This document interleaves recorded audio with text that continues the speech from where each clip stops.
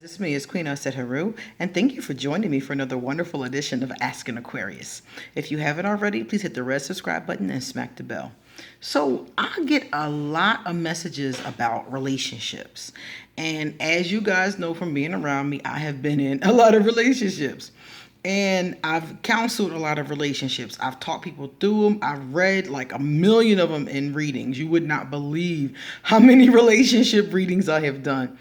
And these today I'm going to give you guys the 5 of the red flags that I've been seeing over and over and over again. And these red flags are for people who are just starting to date. So you just met this great guy, you just met this great girl, and if you see any of these red flags, this is a very strong indication that this is somebody that you should not be dating.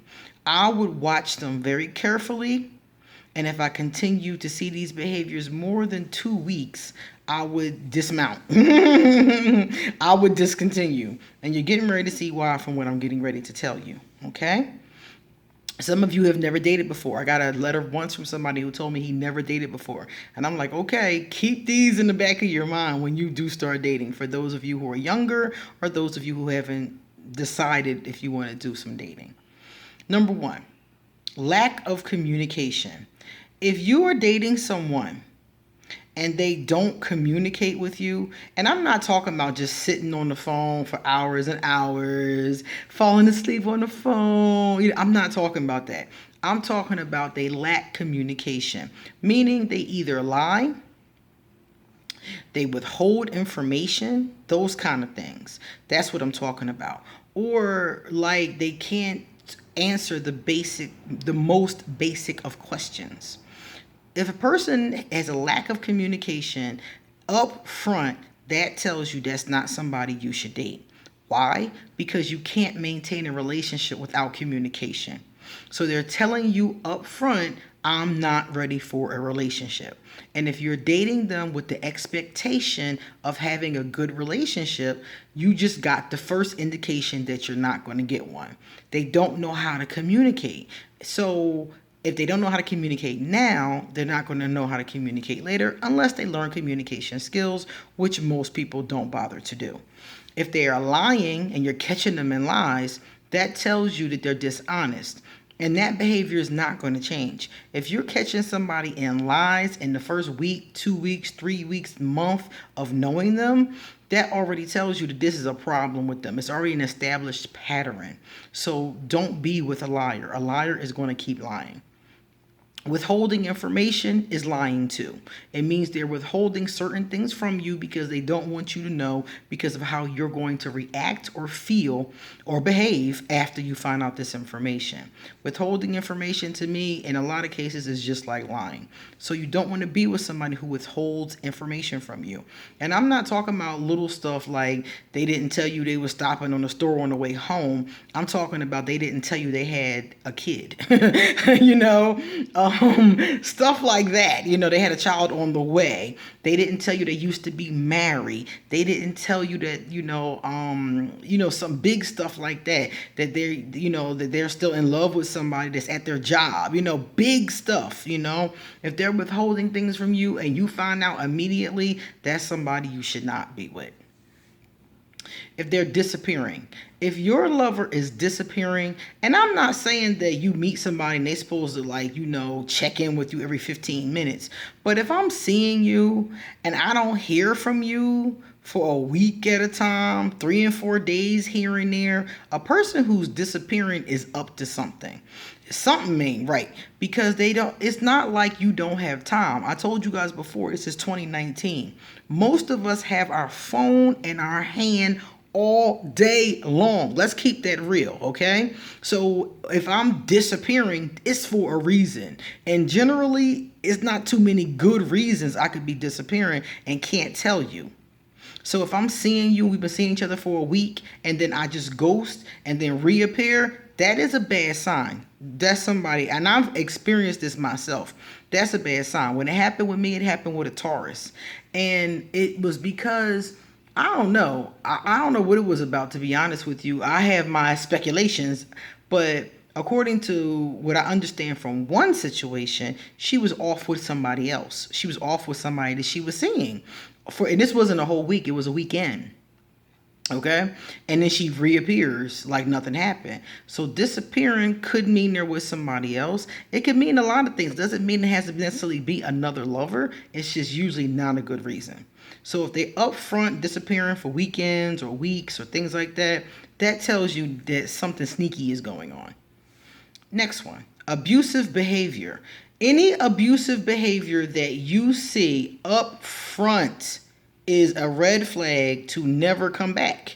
I don't care what it is. If they punch the wall and it's near you, like I've seen people do that before. If they're yelling at you, if they're demanding things of you, and you're seeing this person, they're demanding that you wear your hair a certain way, they're demanding that you wear a certain thing, they're demanding anything, because you're not supposed to demand your love or anything. You're supposed to compromise and discuss things.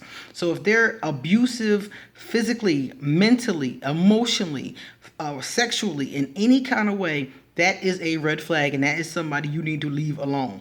If somebody shows you signs of abuse, do not ignore them, because what happens is when you ignore them, they escalate. So today he punched the wall near your head. Tomorrow he punches your head. You see what I'm saying? It escalates. Today they're yelling at you. Tomorrow they're telling your friends that you're a tramp. Like, these things come out of control, okay? So if you see abusive behavior, or if you see signs of abusive behavior, immediately dismount. A lot of issues with exes. If your date has a lot of issues with their exes, that is a red flag to you that if you become the ex, there's going to be an issue too. A person who always got issues with their exes typically is somebody that has unfinished business. So, for example, many of us aren't very fond of our exes, but if they're always arguing with them online, exes are calling them, somebody busting out their windows, if it's constantly exes causing any kinds of issues. I was seeing a girl one time, and her ex started talking crazy in the comment section on her page. And I was like, this is your ex? And I didn't get upset about it. I didn't even address it. I just told her, handle that. Handle all that. And by the next day, all that was handled. The girl was off the page and the whole situation was squashed. But my point is that when there are situations with issues with exes, especially if it's multiple exes, that's called unfinished business. And that is someone that you want to be really careful with, because like I said, all this business is unfinished. Likewise, I was talking to somebody before, and I was saying that, if somebody has issues with their exes, and I mentioned this at the beginning of this part of the video, it could potentially mean that when you're the ex, if you're ever the ex, you're going to have those same problems. A lot of men always say they baby mom crazy. A lot of men always say that. But if you got 5 or 6 baby moms, or 2 or 3 baby moms, they all crazy? That seems kind of like, are you picking crazy women, or is there more to it than just these women are crazy? So you have to really think about it. When somebody has a lot of issues with their exes, listen to what they're saying, because a lot of times they'll be spilling the tea, and you got to really just pay attention. Like this one guy I knew from back in the day, and we were talking on the phone. We only talked on the phone one time because I peeped this. During the course of the conversation, he was telling me about his past relationships. He had like 5. Every past relationship ended with him being assaulted. And something about that just did not sit right with me. I was like, you mean to tell me every time you get into a relationship with a woman, you don't do anything to her and she ends up assaulting you?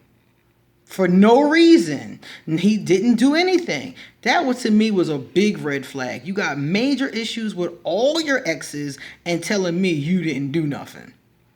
I don't believe you. I don't believe you at all. How you got issues with all of them and they all assaulted you? Something about that story is not right.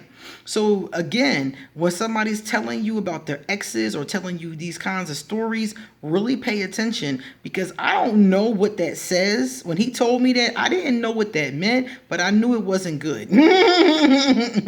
So I just stopped answering his phone calls, because I was like, something about that don't sound right. Are you pushing people to hit you? Because I've known people who will do that too.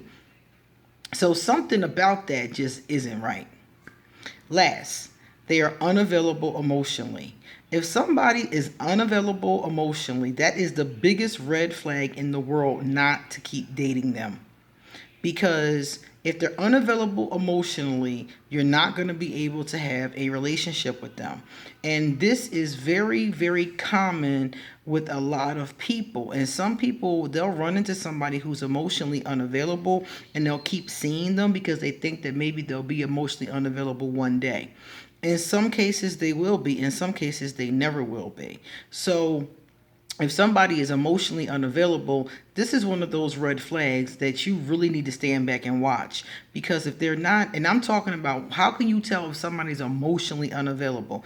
I'm not talking about in the first couple of weeks they're pouring affection and emotion on you, but it just basically means that you should see some emotional depth with them. You should see some emotion. Like, you should see something. If you don't see any emotional depth with this person, you don't see them care about anything, you don't see them, love anything, something's wrong. Something is dead wrong. Somebody was telling me the other day, they were saying, well, I'm not a very emotional person. And then I started asking all these questions, like, do you love anybody? Do you get angry? And from the course of the questions, they have a lot of emotional range. They just weren't identifying all these emotions.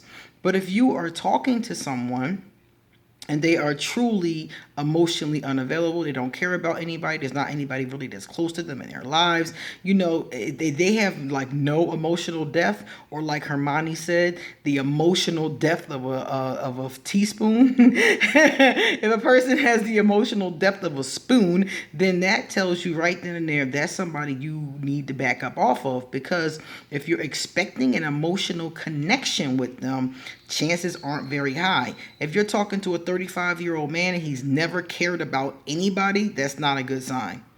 That's not a good sign for you to be stepping up to try to be that one that he cares about, okay? That's something that's very, very tricky. I would stand back from that one. All the other ones I would pretty much run, but that one I would stand back. I would keep dating them for a few weeks just to see if there was truly no emotional depth. And if I was right about that, I wouldn't continue with them, knowing that I want a relationship that's emotionally connected. And we all do. There's nobody in the world that wants to just be emotionally detached from the person that they're spending their life with. Like, really, like, we all want some level of attachment, or what's the word for it? Connection with the person that we care about. So if I see that with a person, and I have seen this with people, some people are emotionally just unavailable, straight up. And you can tell in this dating phase. So if you identify that, don't play yourself. Just keep it moving. Okay? Well, if you guys like this video, please give it a thumbs up and pass it on to somebody who may be in the dating game. Likewise, thank you so much for being here with me on this Saturday. I appreciate all the donations and the gifts. And if you guys want to send me something, I will leave my PayPal. If you want to send me a gift, I will leave my wish list. If you want to send me an email, I will leave my email. If you want to get a tarot or an oracle card reading, please email me. If you would like to hit me up on social media, please do. And I'll leave my Facebook and my Instagram. I don't have a lot of time for chatting, as you can probably imagine, but I will answer you within the day. Okay? See you guys later. Bye-bye.